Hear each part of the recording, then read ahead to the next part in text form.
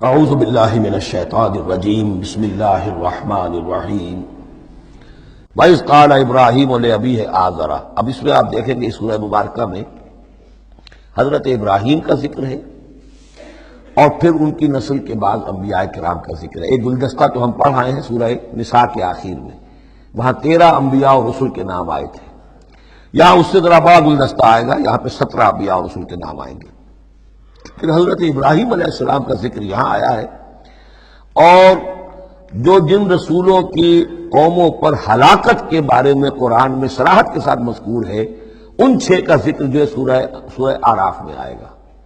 حضرت ابراہیم علیہ السلام کی قوم کا کیا حشر ہوا، یہ صراحت کے ساتھ قرآن میں مذکور نہیں ہے۔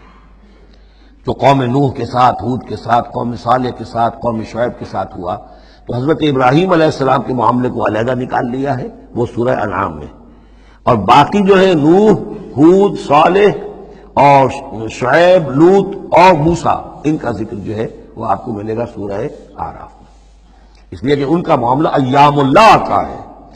تو فذکرہم بایام اللہ، التذکیر بآلاء اللہ اس میں ہے، التذکیر بایام اللہ اس میں ہے، لہذا یہاں حضرت ابراہیم کا ذکر ہے۔ وَإِذْ قَالَ إِبْرَاهِيمُ لِأَبِيهِ آزَرَ أَتَتَّخِذُ أَصْنَامًا آلِهَةً، اور یاد کرو جب کہ کہا ابراہیم نے اپنے باپ آزر سے، کیا تم نے ان بتوں کو اپنا خدا بنا رکھا ہے؟ یہاں جو آزر کا لفظ خاص طور پر آیا ہے میرے نزدیک، یہ اصل میں تورات کی نفی کے لیے، تورات میں طارح نام لکھا گیا ہے، گویا اس کی تصحیح کے لیے، ورنہ یہاں کوئی خاص ضرورت نہیں تھی۔ وَإِذْ قَالَ إِبْرَاهِيمُ لِأَبِيهِ، یہ کافی تھا، لیکن نام اس لیے دیا گیا کہ تورات پڑھنے والوں کو مغالطہ ہوتا ہے، اور اسی مغالطے کو اہل تشیع نے اختیار کر لیا ہے۔ انہوں نے تورات میں جو نام دیا گیا ہے اسے حضرت ابراہیم کا باپ کہا ہے، اور حضرت یہ جو آزر تھا اس کو کہا ہے کہ یہ چچا تھا۔ اس کی خاص وجہ ہے، وہ پھر کسی موقع پر بیان ہوگی، لیکن یہ کہ تورات کی اس غلطی کو اہل تشیع نے اختیار کیا۔ قرآن مجید نے اسی کی نفی کے لیے یہاں پر حضرت ابراہیم کے والد کا نام صراحتاً بتا دیا کہ آزر ہے۔ وَإِذْ قَالَ إِبْرَاهِيمُ لِأَبِيهِ آزَرَ، اور یاد کرو جب کہ کہا تھا ابراہیم نے اپنے باپ آزر سے، أَتَتَّخِذُ أَصْنَامًا آلِهَةً، کیا آپ نے ان بتوں کو اپنا الہ بنایا ہوا ہے؟ انی اراک وقومک فی ضلال مبین، میرا تو خیال یہ ہے، میری رائے تو یہ ہے کہ آپ بھی اور آپ کی قوم بھی کھلی گمراہی میں مبتلا ہے۔ وَكَذَلِكَ نُرِي إِبْرَاهِيمَ مَلَكُوتَ السَّمَاوَاتِ وَالْأَرْضِ، اور اسی طرح ہم دکھانے لگے یا دکھاتے رہے ابراہیم کو آسمانوں اور زمین کے ملکوت۔ ملکوت سے مراد کیا ہے کہ اللہ تعالیٰ نے اس کائنات کا جو نظام قائم کیا، جسے میں کہتا ہوں کہ جو یونیورسل گورنمنٹ ہے، اس کا ایک نظام ہے، اس کے کارندے ہیں، تو اس کے مشاہدہ اللہ تعالیٰ اپنے رسولوں کو کراتا ہے، تاکہ ان کا یقین جو ہے وہ یقین اس درجے کا ہو جائے کہ جیسے کہ اپنی آنکھوں سے دیکھی ہوئی چیزیں، وَلَيَكُونَ مِنَ الْمُوقِنِينَ، اور تاکہ وہ پوری طرح یقین کرنے والوں میں سے ہو جائے۔ لیکن واو چونکہ یہاں آیا، اس سے پہلے ہم محذوف مانیں گے تاکہ وہ اپنی قوم پر حجت قائم کر سکے اور پوری طرح یقین کرنے والوں میں سے ہو جائے۔ یہ جو آگے آ رہا ہے یہ در حقیقت حضرت ابراہیم علیہ السلام کی طرف سے اپنی قوم پر حجت کو اس طور سے پیش کیا گیا ہے۔ بعض حضرات کے نزدیک یہ ہے کہ یہ حضرت ابراہیم کا اپنا ذہنی ارتقاء ہے کہ واقعتاً انہوں نے سمجھا یہ ستارہ خدا ہے، پھر ڈوب گیا تو کہا کہ نہیں یہ تو ڈوب گیا، پھر چاند کو دیکھا تو چاند خدا ہے، پھر کہا نہیں یہ تو یہ بھی جو ہے غروب ہو گیا، پھر سورج کو کہا۔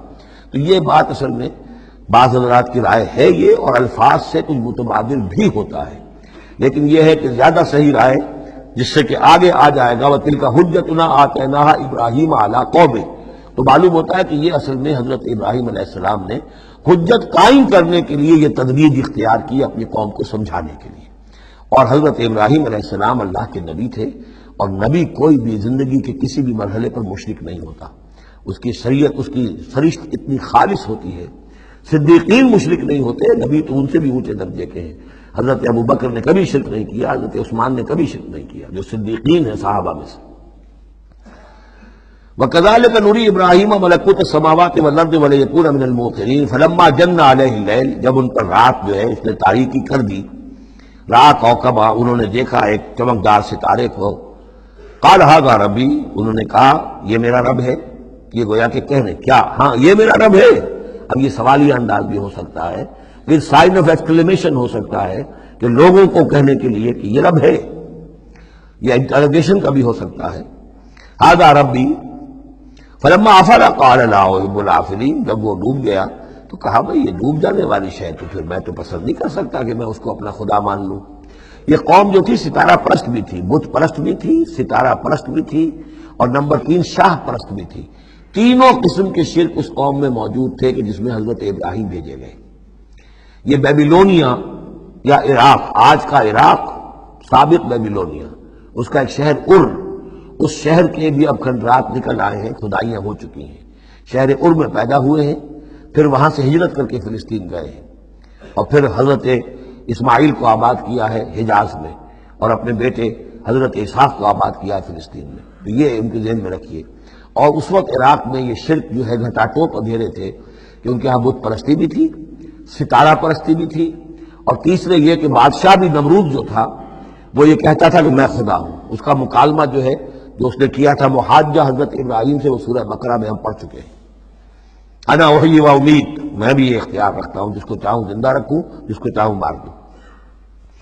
فلما رأى القمر بازغا، جب انہوں نے دیکھا چاند چمکتا ہوا، قال ھذا ربی، کہا ہاں یہ معلوم ہوتا ہے کہ یہ ہے رب۔ فلما افل قال لئن لم يهدني ربی، جب وہ بھی ڈوب گیا، غائب ہو گیا، تو انہوں نے کہا کہ اگر میرے رب نے مجھے ہدایت نہ دی تو پھر میں تو قوم ضالین میں سے ہو جاؤں گا۔ گویا کہ ابھی یہ الفاظ ہیں کہ جن سے اشارہ ہوتا ہے کہ شاید ابھی ان کا اپنا ذہنی اور فکری ارتقاء ہو رہا ہے۔ میں نے کہا تھا کہ الفاظ سے متبادر ہوتا ہے، لیکن یہ کہ ان دونوں چیزوں کو، دونوں سائڈز کو ناپ تول کر جو رائے بنتی ہے وہ دوسری ہے۔ فلما رأى الشمس بازغة، جب دیکھا سورج بہت چمکدار، قال ھذا ربی ھذا اکبر، تو فرمایا ہاں یہ ہے رب، یہ سب سے بڑا ہے۔ فلما افلت، جب وہ بھی ڈوب گیا، قال یا قوم انی بریء مما تشرکون، انہوں نے کہا اے میری قوم کے لوگوں، میں تو بری ہوں، اعلان برات کرتا ہوں ان سب سے جنہیں تم شریک ٹھہرا رہے ہو۔ انی وجہت وجہی للذی فطر السماوات والارض حنیفا، میں نے تو اپنا رخ کر لیا ہے، اپنا چہرہ جو ہے ادھر کر لیا ہے اس ہستی کی طرف جس نے آسمانوں اور زمین کو بنایا یکسو ہو کر، وما انا من المشرکین، اور میں مشرکوں میں سے نہیں۔ صدق اللہ العظیم۔